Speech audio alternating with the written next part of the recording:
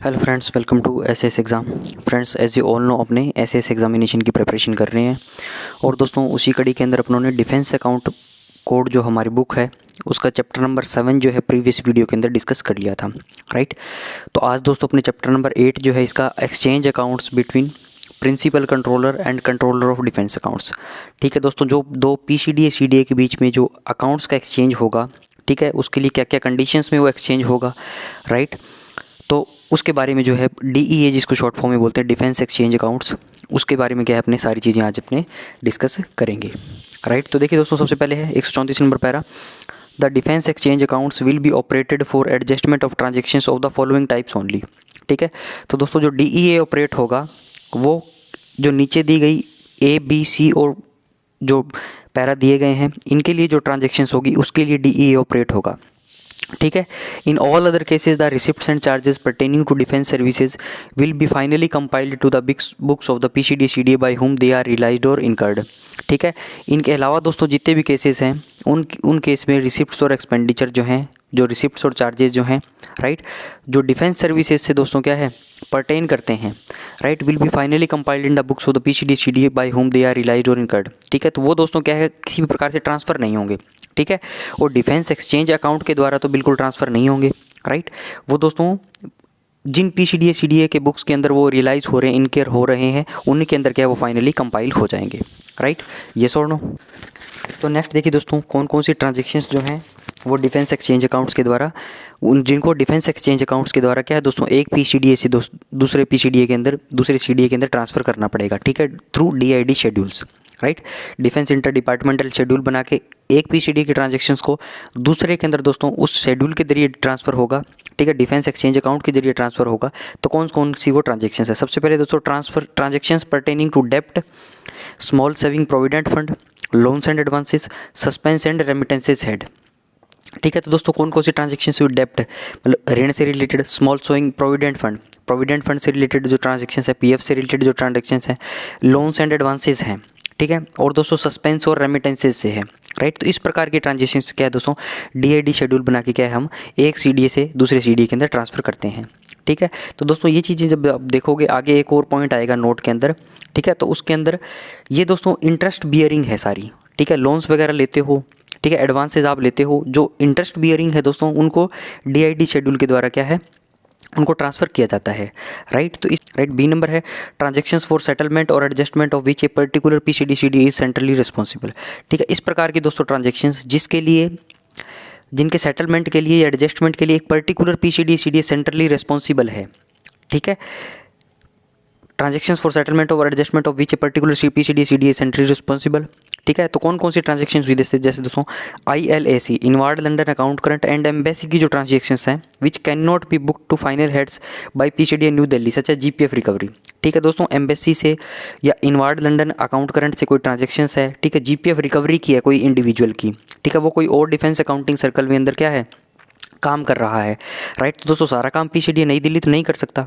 ठीक है, GPF recovery करनी है तो दोस्तों उस डिफेंस अकाउंटिंग सर्कल से क्या है उसको कांटेक्ट करना पड़ेगा, तो वो थ्रू डिफेंस एक्सचेंज अकाउंट करेगा। ठीक है, दूसरा एग्जांपल है दोस्तों इसके अंदर ई टिकटिंग ट्रांजेक्शन्स है। ठीक है, जिनको क्या करते हैं पीसीडी आरएनडी जो है हमारा which are recoverable from the IRL of the service personal. ठीक है, ई टिकटिंग ट्रांजेक्शन्स दोस्तों बुक किससे के द्वारा करी जाती है पीसीडी आरएनडी के द्वारा। ठीक है, लेकिन दोस्तों सीवी के केस में मैंने आपको बताया था कि कुछ हिस्सा गवर्नमेंट पे करती है और कुछ हिस्सा जो क्या है इंडिविजुअल पे करता है, राइट। तो उस केस के अंदर दोस्तों उस इंडिविजुअल के मान लो सीवी उसने ले लिया, ठीक है, 50% गवर्नमेंट दे रही है, 50% इंडिविजुअल देगा, राइट। सेंट्रली तो दोस्तों पीसीडी आरएनडी रिस्पॉन्सिबल है। ठीक है, सेंट्रली तो पीसीडी आरएनडी रिस्पॉन्सिबल है, लेकिन दोस्तों उसका जो हिस्सा होगा इंडिविजुअल का जो पेमेंट करेगा वो मान लो 50% कर रहा है, तो वो तो उसका इंडिविजुअल का जिस डिफेंस अकाउंटिंग सर्कल के अंदर जहाँ पे जिसका उसका अकाउंट ओपन हो रहा है, मान लो कोई पे अकाउंट ऑफिस है, तो उसके IRLA से क्या है उसको रिकवरी करनी पड़ेगी। ठीक है, रिफंड होगा तो दोस्तों वहाँ पे हो जाएगा। तो ये सारी इस प्रकार की दोस्तों ट्रांजेक्शन जो क्या है वो डिफेंस एक्सचेंज अकाउंट के जरिए होती है। याद दोस्तों मोटी मोटी बात याद रखनी है, डेप्ट, small saving provident fund, loans and advances, suspense and remittance head. ठीक है, इस प्रकार की ट्रांजेक्शन्स और कोई एक पीसीडी सीडी सेंट्रली रिस्पॉन्सिबल है एडजस्टमेंट के लिए, उस प्रकार की ट्रांजेक्शन्स डीईए के थ्रू होती है, राइट। और कौन कौन सी है नेक्स्ट देखिए दोस्तों, ई टिकटिंग में देखिए दोस्तों थोड़ी बातें और बताई गई है जो अपनों ने चैप्टर नंबर 6 में पढ़ी थी। In e ticketing a pre defined amount is deposited by the PCDA travel, presently PCDA R and D, ठीक है, in the revolving account at the centre level with IRCTC by issue of defence cheque, e payments through SBI, CMP etcetera. ठीक है, तो सबसे पहले दोस्तों क्या होता है, ई टिकटिंग के अंदर एक प्री डिफाइंड अमाउंट जो है पीसीडीए आरएनडी के द्वारा जो क्या है रिवॉल्विंग अकाउंट जो है आईआरसीटीसी का सेंटर लेवल के अंदर, उसके अंदर एक प्री डिफाइंड अमाउंट वो क्या है एक एडवांस के रूप में पैसा जमा कर देंगे। ठीक है दोस्तों, कैसे होता है ये जमा, डिफेंस चेक इशू कर दो या तो चेक के द्वारा पेमेंट कर दो या दोस्तों ई पेमेंट्स कर दो थ्रू एसबीआई, सीएमपी। ठीक है, किसी प्रकार से confirmation of defence cheque, CMP mandates are received through scrolls and adjust in the defence proforma account. ठीक है दोस्तों, ये पेमेंट हो गई है। ठीक है, आरबीआईसीएस नागपुर के अंदर जो डिफेंस का अकाउंट है, ठीक है, डिफेंस परफॉर्मा अकाउंट है, उसके अंदर भी तो दोस्तों हलचल होगी कि हाँ भैया इतना बजट आया था, ये जो इतना बजट जो क्या है ई टिकटिंग के अंदर क्या है हमने जो हमारा एक्सपेंडिचर है उस प्रकार से ये खर्चा होगा, ये हो सकता है, राइट। तो confirmation of capital defence cheque, CMP mandates are received through scrolls. ठीक है, तो ये सारी चीज़ें दोस्तों डिफेंस चेक है, सीएमपी मैंडेट है, ये रिसीव्ड होंगे स्क्रोल के द्वारा। ठीक है, क्रेडिट स्क्रोल, डेबिट स्क्रोल हमने पढ़े थे। और डिफेंस परफॉर्मा अकाउंट के अंदर क्या है दोस्तों ये एडजस्टमेंट इनका हो जाएगा। ठीक है, tickets booked by any unit are debited against this revolving account. जो भी दोस्तों इंडिविजुअल जो भी यूनिट लेवल पे जो भी टिकट बुक होगी, ठीक है, तो उसके द्वारा ये रिवॉल्विंग अकाउंट जो क्या है उसके अंदर जो पेमेंट मान लो 1 लाख रुपया था, ठीक है, 5,000 रुपये की पेमेंट हो गई, तो उसके अंदर क्या वो 95,000 उसका बैलेंस रह जाएगा, राइट। तो इस प्रकार से दोस्तों टिकट जो भी बुक होगी यूनिट से are debited against the revolving account, वो उस रिवॉल्विंग अकाउंट के अंदर होंगी, राइट। सी नंबर देखिए दोस्तों, ए नंबर में पढ़ लिया आप लोगों ने लोन्स एंड एडवांसेस। ठीक है, लोन्स एंड एडवांसेस हो गया, रेमिटेंसेस हो गया, स्मॉल सेविंग प्रोविडेंट फंड हो गया। ठीक है, इस प्रकार के ट्रांजेक्शन्स। बी के अंदर दोस्तों अपनों ने एक पीसीडी सीडीए सेंट्रली रिस्पॉन्सिबल है, वो चीज़ें देख ली। तीसरा दोस्तों impressed advance payments to naval air force personnel from the army sources and vice versa. ठीक है, अब दोस्तों इम्प्रेस्ड क्या होता था, एक प्रकार का परमानेंट एडवांस है। ठीक है, एक बार आपको पैसा मिल गया इम्प्रेस्ड के रूप में, परमानेंट एडवांस के रूप में, इसके बाद आप क्या है उसको वो जब पूरा खर्चा कर दो तो आपने कहाँ कहाँ खर्चा किया है उसका आप बिल सबमिट कर दो, फिर आपको फिर वो अमाउंट क्या है रिकूप हो जाएगी। ठीक है, तो इस प्रकार का दोस्तों इम्प्रेस्ड एडवांस पेमेंट जो है किसको, नेवल और एयरफोर्स पर्सोनल का है। ठीक है, नेवल और दोस्तों एयरफोर्स के जो पर्सोनल है उनको कि इम्प्रेस्ड एडवांस मिला है फ्रॉम आर्मी सोर्सेज के द्वारा, तो उस प्रकार का भी क्या है एडजस्टमेंट डीईए के द्वारा होगा। ठीक है, तो या वाइस वर्सा बोल दिया, राइट।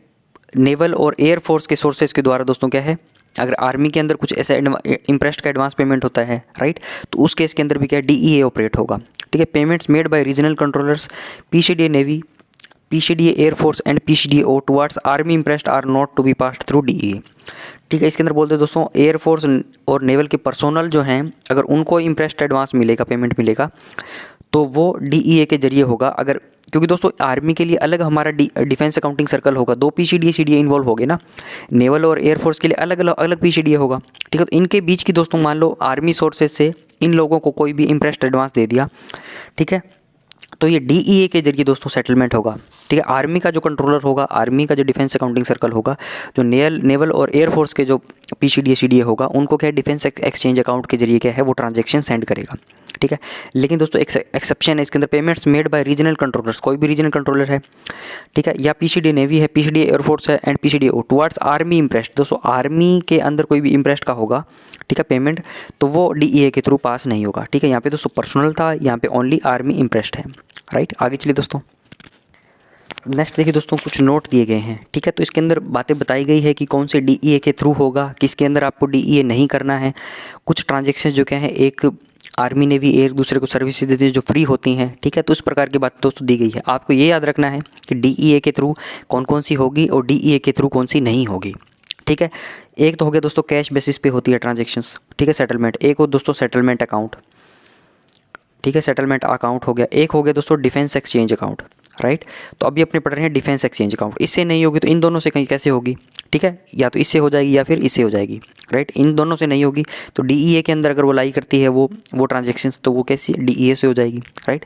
तो पहला नोट देखिए दोस्तों, नोट नंबर 1 है expenditure debitable to the locally control heads, ठीक है। LCH और दोस्तों CCH दो प्रकार के हेड्स होते हैं, ठीक है। आगे चैप्टर में अपने पढ़ेंगे सेंट्रली कंट्रोल हेड के अंदर कौन सी ट्रांजेक्शन्स आती है और दोस्तों लोकली कंट्रोल हेड के अंदर कौन सी ट्रांजेक्शन्स आती है।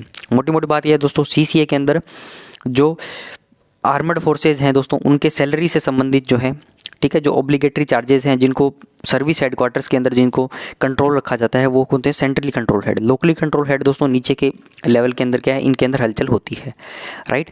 एक्सपेंडिचर दोस्तों डेबिट हुआ है किसकी, लोकली कंट्रोल हेड के अंदर। incurred by one PCDA on behalf of another will be finally brought to account against the relevant service heads concerned by the PCDA incurring the expenditure instead of debiting it through DEA against the PCDA on whose behalf the expenditure is incurred।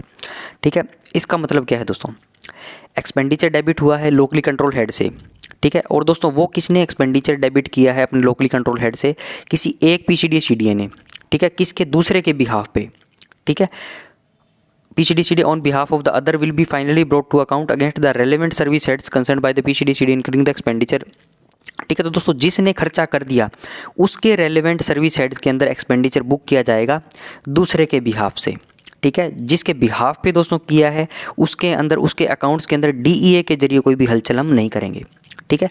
समझ में आई दोस्तों बात है। दो PCDA हैं, एक PCDA A है, ये एक PCDA दूसरा CDA 2 है, ठीक है। Defence accounting circle A, defence accounting circle B। A ने दोस्तों B के बिहाफ पे कोई भी खर्चा कर दिया, ठीक है। और दोस्तों वो खर्चा किया था, एक्सपेंडिचर डेबिट किया था, वो इसके लोकली कंट्रोल हेड से था, ठीक है। इसके बिहाफ पे लोकली कंट्रोल हेड के पे खर्चा कर दिया, तो दोस्तों इसकी जो एक्सपेंडिचर बुक होगा, ठीक है, तो उसको डिफेंस एक्सचेंज अकाउंट के जरिए B को नहीं भेजा जाएगा, ठीक है। वो सारी चीज़ें दोस्तों यही अपने अकाउंट के अंदर क्या है दोस्तों, इसके अंदर ही क्या है, वो अपना बुक कर लेगा, उसको उसकी एडजस्टमेंट कर लेगा, right. DA against the PCDA on behalf is incurred, right. A monthly statement of such expenditure will however be furnished by the former controller to the later controller to enable him to watch the progress of expenditure against the allotment। एक दोस्तों monthly statement जो है sufficient है दूसरे को बताने के लिए कि हाँ भैया तेरे बिहाफ पे हमने ये पेमेंट करी है, ठीक है। तो तू मान लो तेरे को 100 रुपये अलॉट हुए हैं, 20 रुपये की पेमेंट हमने कर दी, तो तू आगे इसको 20 रुपये घटा के 80 रुपये की पेमेंट करना, ठीक है। 100 रुपये की पेमेंट करने मत बैठ जाना, ठीक है। इसको DEA के जरिए अपने ट्रांसफ़र नहीं करेंगे, मंथली स्टेटमेंट देके उसको बस ओनली इंटीमेट कर देंगे कि तेरे बिहाफ पे हमने क्या है ये पेमेंट करी है, तो तू अपना फंड जो है उसको रिड्यूस कर ले जितनी हमने पेमेंट करी है, राइट। इसके अंदर दोस्तों एक्सेप्शन है, ठीक है। इसके अंदर क्या है, डिफेंस एक्सचेंज अकाउंट के जरिए क्या है वो ट्रांजेक्शन्स बुक होंगी, जो एक्सपेंडिचर है जो बुक होगा। Except the expenditure related to MES which will be continue to be passed on through defence exchange accounts, ठीक है दोस्तों। MES से रिलेटेड जो भी एक्सपेंडिचर है वो डिफेंस एक्सचेंज अकाउंट्स के जरिए क्या है दोस्तों पास करा जाएगा, राइट। आगे चलिए दोस्तों, नेक्स्ट देखिए दोस्तों, नोट नंबर 2 दिया हुआ है, adjustment on account of bulk issue of stores and equipment from one service to another, ठीक है दोस्तों।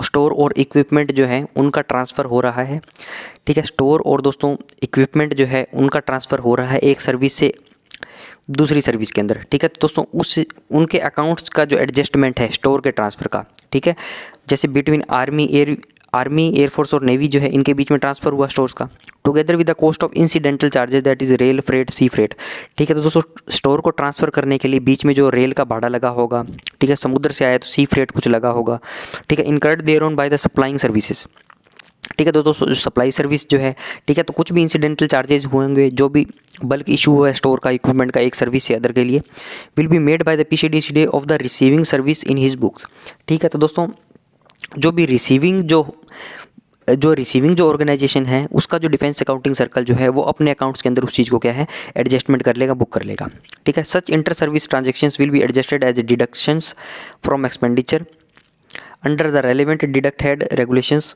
Of the year of the regardless of the year of the transactions, ठीक है दोस्तों। इस प्रकार की इंटर सर्विस जो ट्रांजेक्शन्स होंगी वो एज ए एडजस्टेड डिडक्शंस मान लिया जाएगा from expenditure under the relevant deduct head, ठीक है। तो कुल मिला के बात दोस्तों इसके अंदर ये है कि अगर इस प्रकार की ट्रांजेक्शन्स होती है तो उसके अंदर no defence exchange account is operated, right. वो दोस्तों सिंपल इसके जो रिसीविंग ऑर्गेनाइजेशन जो है, ठीक है, वो डिफेंस अकाउंटिंग सर्कल उसके सर्विस हेड्स के अंदर उसको एक्सपेंडिचर को क्या है बुक करेगा, ठीक है। नोट नंबर 3 देखिए दोस्तों, all issues from ordnance and equipment factories, सारा दोस्तों इशू ऑर्डिनेंस फैक्ट्री से या इक्विपमेंट फैक्ट्री से आर्मी नेवी एयरफोर्स को जो है will be priced and straight way debited to the service heads of army navy air force by contract credit to deduct head of the ordnance factory organisation by the accounts officer attach to the factory. इसके अंदर है दोस्तों, अगर ordnance factory या कोई equipment factory army navy air force को अगर कोई सामान देती है, कोई इशू करती है, ठीक है, उसको प्राइस किया जाएगा और दोस्तों जितनी अमाउंट का वो जो इशू होगा, ठीक है, उसको डेबिट किया जाएगा दोस्तों सर्विस हेड जो है इनके आर्मी नेवी एयरफोर्स के, ठीक है, इसके अंदर इनका एक्सपेंडिचर बुक कर देंगे। और दोस्तों क्रेडिट क्या हो जाएगा, कॉन्ट्रा क्रेडिट क्या हो जाएगा, इसका जो डिडक्ट हेड है जो ऑर्डिनरी फैक्ट्री ऑर्गेनाइजेशन का, ठीक है, उसको क्या है हम कॉन्ट्रा क्रेडिट कर देंगे, ठीक है, इनको क्रेडिट कर दिया, उसको डेबिट कर दिया, राइट। इसका मतलब दोस्तों फाइनली आपको ये समझना है कि इसके अंदर भी no defence exchange account is operated, ठीक है, इस प्रकार के ट्रांजेक्शन्स के अंदर, ठीक है। ए बी सी में दोस्तों देख लिया हम लोगों ने 3 प्रकार की ट्रांजेक्शन्स थी जो क्या है डिफेंस एक्सचेंज अकाउंट के जरिए ऑपरेट होगी, ठीक है। पहले में दोस्तों लोन्स एंड एडवांसेस, ठीक है, प्रोविडेंट फंड था, ठीक है। बी के अंदर दोस्तों देख लिया हमने जो एक सेंट्रली जो क्या है PCDCD जो रेस्पॉन्सिबल है। तो सी के अंदर दोस्तों अपने देख लिया था इंटरेस्ट के एडवांस पेमेंट से रिलेटेड जो कुछ बातें थी, राइट। इसके बाद दोस्तों 4 नंबर में नोट नंबर 1 देखा, 2 देखा, 3 देखा। नोट 1 के अंदर दोस्तों एक एक्सेप्शन था जो MES से रिलेटेड जो ट्रांजेक्शन्स थी, राइट, वो क्या है DEA के जरिए ऑपरेट होती है, राइट। इसके बाद नोट 2 पढ़ लिया, नोट 3 पढ़ लिया। आगे चलिए दोस्तों, नेक्स्ट देखिए दोस्तों नोट नंबर 4 में क्या बोल रहा है, the provision of note 2। Note 2 के अंदर क्या था, बल्क इशू जो हमने करते हैं, ठीक है, does not apply to issue of stores and equipment to institutions like Joint Services Wing of the National Defence Academy, ठीक है। तो दोस्तों जो नोट 2 के अंदर जो बल्क इशू वाला जो प्रोविज़न थे, जो प्रोसेस था, वो issue of store and equipment to institutions like Joint Services Wing of the National Defence Academy, ठीक है। दोस्तों नेशनल डिफेंस एकेडमी जो है, ठीक है, इस प्रकार के उसकी जो joint service like the joint Services wing, इसकी जो जॉइंट सर्विसेज की विंग जो है उसके ऊपर वो प्रोसेस लागू नहीं होगा। For which no inter department adjustment will be made at such institution through placed under the administrative control of one of the services are intended and use for the benefit of all the 3 services, ठीक है। दोस्तों ये जो organisation जो है इसके लिए कोई भी इंटर डिपार्टमेंट एडजस्टमेंट नहीं किया जाता, ठीक है। क्यों? क्योंकि दोस्तों ये एडमिनिस्ट्रेटिव कंट्रोल के अंदर है, किन के अंदर, कोई भी आर्मी नेवी एयरफोर्स के अंदर, ठीक है। और दोस्तों इसका are intended and use for the benefit of all the 3 services. और दोस्तों NDA जो है नेशनल डिफेंस एकेडमी जो है ये क्या यूज़ आती है, सभी 3 सर्विसेज जो है हमारी उसके बेनिफिट के लिए यूज़ आती है, ठीक है। तो इसके लिए दोस्तों इसको जो भी स्टोर सप्लाई होगा, ठीक है, कोई भी इक्विपमेंट आएंगे तो इसके लिए कोई भी इंटर डिपार्टमेंटल जो है एडजस्टमेंट उस प्रकार से नहीं होगा, राइट। 5 नंबर देखिए, कुल मिला के दोस्तों अल्टीमेटली ये समझना इसके अंदर no defence exchange account operate होगा, ठीक है। 5 नंबर देखिए दोस्तों, transfers of unserviceable and salvage stores between army navy and air force will be made without any financial adjustment, ठीक है। ट्रांसफ़र करना है दोस्तों अनसर्विसेबल का। दोस्तों 2-3 प्रकार के टर्म्स जो हैं हम इसको देखते हैं, एक तो होता है सर्विसेबल, ठीक है, एक होता है दोस्तों अनसर्विसेबल। सर्विसेबल का मतलब क्या है, जो अभी सर्विस के अंदर है, ठीक है, जिसका आप यूज़ कर सकते हो। एक दोस्तों बाइक है मान लो, राइट, तो वो क्या है, इसकी एक टाइम लिमिट होगा कि कितने साल ये बाइक चलेगी, 10 साल, 15 साल, 20 साल, ठीक है, तब तक वो सर्विसेबल है। ख़राब हो गई मतलब अनसर्विसेबल है। साल्वेज आइटम भी दोस्तों वही होते हैं जो क्या है, ख़राब हो गए, कबाड़ हो गए, ठीक है। तो transfer of unserviceable and salvage items between army navy and air force will be made without any financial adjustment. तो इस प्रकार का दोस्तों मान लो आर्मी नेवी एयरफोर्स एक दूसरे के अंदर कोई साल्वेज आइटम का अदला बदला करता है वो, ठीक है, आर्मी वाले नेवी वालों को दे रहे हैं, नेवी वाले आर्मी वालों के यूज़ के लिए कोई साल्वेज आइटम दे रहे हैं, तो कोई भी फाइनेंशियल एडजस्टमेंट उसका नहीं होगा, ठीक है। तो फाइनेंशियल एडजस्टमेंट अगर नहीं होगा तो no DEA is operated, right. Note number 6 देखिए दोस्तों, services rendered by army to the air force, services rendered by the army to the air force and the navy and vice versa are treated as free. अगर दोस्तों कोई भी सेवाएं जो प्रदान करी जाती है आर्मी के द्वारा एयरफोर्स या नेवी को, या दोस्तों एयरफोर्स और नेवी आर्मी को प्रदान करती है, तो वो सारी फ्री मानी जाएगी। इसलिए मतलब क्या है, no DEA no defence exchange accounts is operated, right. No inter department adjustments are to be made in respect of the cost of the recruiting, accounting, establishments, medical treatment. और दोस्तों किसी भी प्रकार का इंटर डिपार्टमेंट एडजस्टमेंट नहीं होगा। किस case के अंदर, are made to be in respect of the cost of the recruiting, ठीक है, रिक्रूटमेंट के अंदर कोई कॉस्ट आ रहा है, कोई अकाउंटिंग के अंदर, एस्टेब्लिशमेंट्स के अंदर कोई दोस्तों मेडिकल ट्रीटमेंट हो रहा है, services rendered bye repair organisations, ठीक है दोस्तों, कुछ वर्कशॉप्स जो होती हैं, रिपेयर ऑर्गेनाइजेशंस जो होती हैं, ठीक है, उनके द्वारा कोई भी सर्विस रेंडर करी जाती है, या transport provided by the army service corps, ठीक है, ASC दोस्तों यूनिट जो होती है जो सर्विस प्रोवाइड करती है, ठीक है, फ्रॉम आर्मी सोर्सेज, राइट। तो इनके लिए दोस्तों क्या है, कोई किसी भी प्रकार का इंटर डिपार्टमेंट एडजस्टमेंट जो क्या है नहीं होगा, राइट। आगे चलिए दोस्तों, आगे देखिए दोस्तों, इश्यू ऑफ स्टॉक मिक्सचर्स, ठीक है, कोई भी स्टॉक है, राइट, उसको इश्यू करना। सेराज मतलब अस्थायी निवास दोस्तों देना है। वैक्सीन्स या emergent requirements of expendable medical store obtained from hospitals for administration to patients etcetera. ठीक है दोस्तों, आर्मी नेवी एयर फोर्स के बीच में अगर कोई भी सर्विसेज प्रोवाइड होती है तो कोई भी इंटर डिपार्टमेंटल एडजस्टमेंट जो क्या है नहीं होता। इसका मतलब कोई भी डिफेंस एक्सचेंज अकाउंट जो क्या है उसके अंदर ऑपरेट नहीं होगा। ठीक है, 7 नंबर देखिए दोस्तों, advance of pay and travelling allowance to individuals. ठीक है, पेमेंट का दोस्तों एडवांस लिया है कुछ, ठीक है, जो उसकी पेमेंट है उसका कुछ एडवांस, और दोस्तों ट्रैवलिंग अलाउंस टीए उसको मिला है। ठीक है, तो दोस्तों ये है इंटरेस्ट फ्री एडवांस हैं ये प्रकार के। ठीक है, तो पहले क्या था दोस्तों, इंटरेस्ट बियरिंग एडवांस थे 1 नंबर के अंदर, राइट, उसके अंदर डिफेंस एक्सचेंज अकाउंट ऑपरेट हो रहा था। इस प्रकार के अंदर दोस्तों क्या डिफेंस एक्सचेंज अकाउंट क्या है ऑपरेट नहीं होगा। ठीक है, advance of pay and travelling allowances to individuals transferred from the payment of one PCDA to that of another. ठीक है, एडवांस ऑफ पे दे दिया, ट्रैवलिंग अलाउंस हो गया, किसी इंडिविजुअल को दे दिया, और फिर क्या है दोस्तों, वो इंडिविजुअल का ट्रांसफ़र हो गया, राइट, एक CDA से दूसरे के अंदर। ठीक है, तो वो दोस्तों क्या DEA के जरिए ऑपरेट नहीं होगा। ठीक है, advance of pay and travelling allowance to individuals transferred from the payment of one PCDA to that of another will normally be finally adjusted in the accounts of the PCDA who pays the advances unless the transactions falls under clause B और C।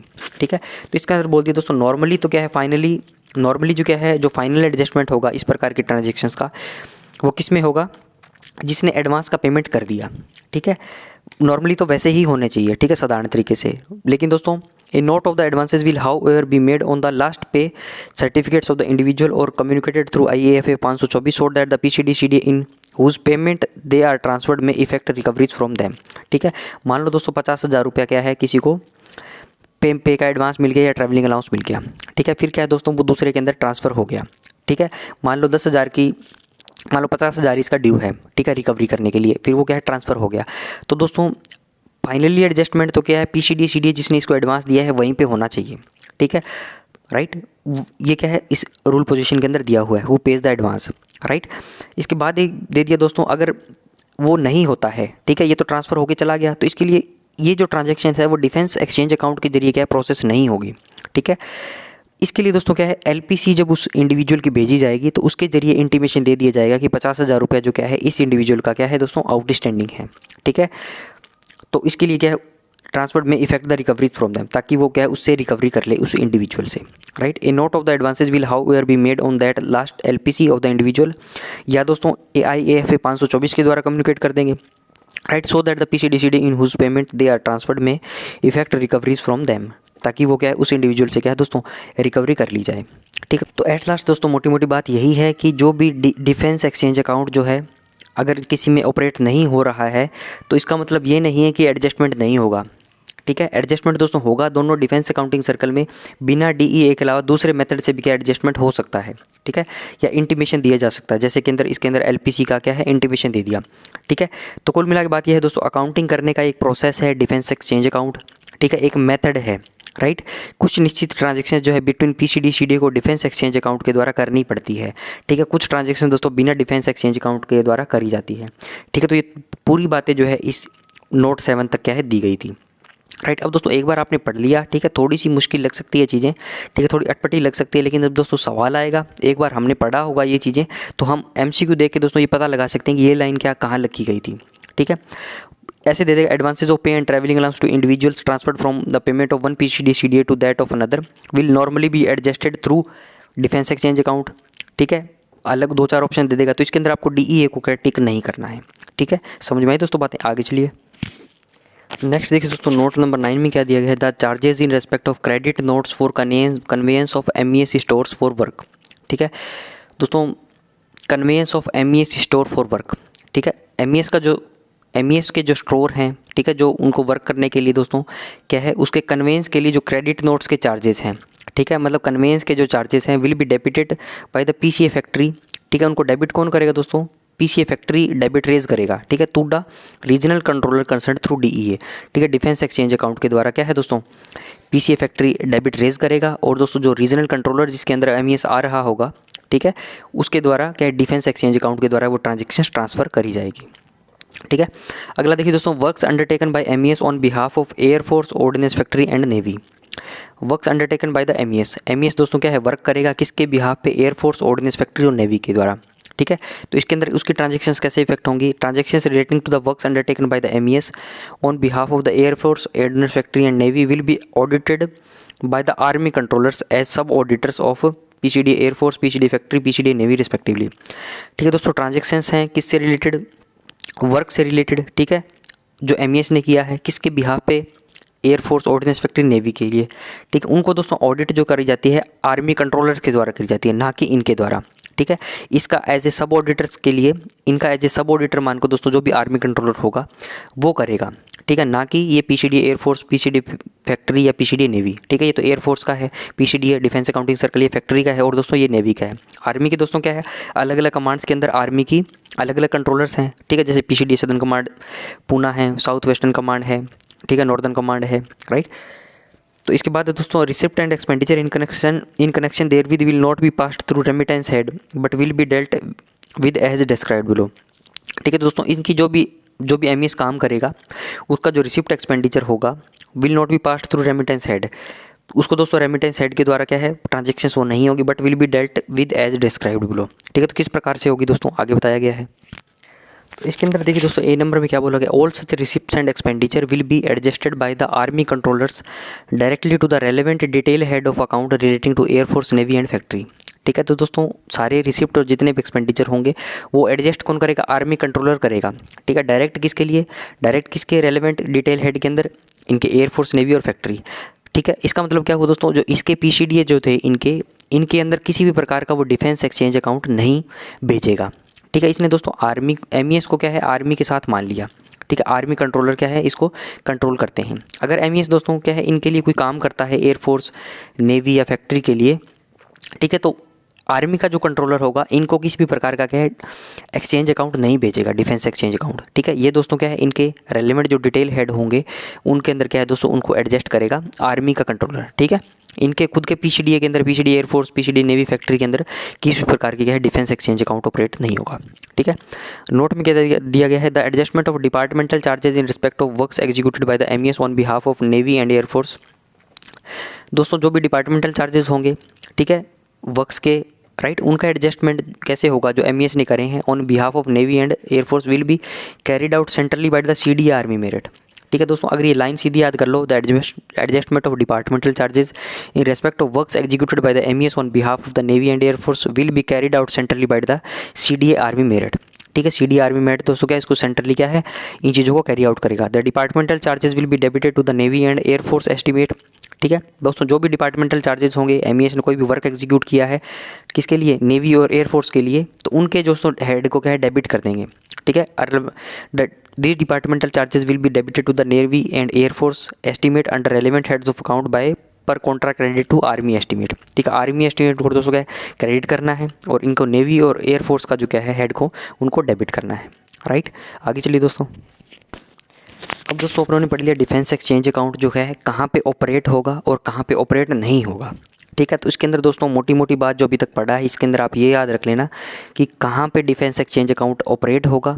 ठीक है, कहाँ पे दोस्तों बिना defence exchange account के transactions क्या है एडजस्टमेंट होगी। ठीक है दोस्तों, जहाँ पर भी डिफेंस एक्सचेंज अकाउंट ऑपरेट होगा वहाँ पर क्या है दोस्तों ID शेड्यूल बनाना पड़ता है, इंटर डिपार्टमेंटल शेड्यूल बनाना पड़ता है। ठीक है, तो वो दोस्तों शेड्यूल के अंदर कैसे बनेगा वो, ठीक है, इसके अंदर दोस्तों ओरिजिनेटिंग रेस्पॉन्डिंग का एक कॉन्सेप्ट आएगा, PCD CD originating, PCD CD जो रेस्पॉन्ड होगा। ठीक है, कितनी कॉपी में ये बनता है, अकाउंट सेक्शन का दोस्तों इसके अंदर क्या रोल है। ठीक है, तो ये दोस्तों पूरा जो है 137 नंबर पैरा के अंदर बताया गया है। ठीक है, तो ये दोस्तों अपने नेक्स्ट वीडियो के अंदर डिस्कस करेंगे। आज के लिए दोस्तों इतना ही। वीडियो को लाइक करिएगा दोस्तों, कमेंट जरूर से करें। Thanks for watching, have a nice day.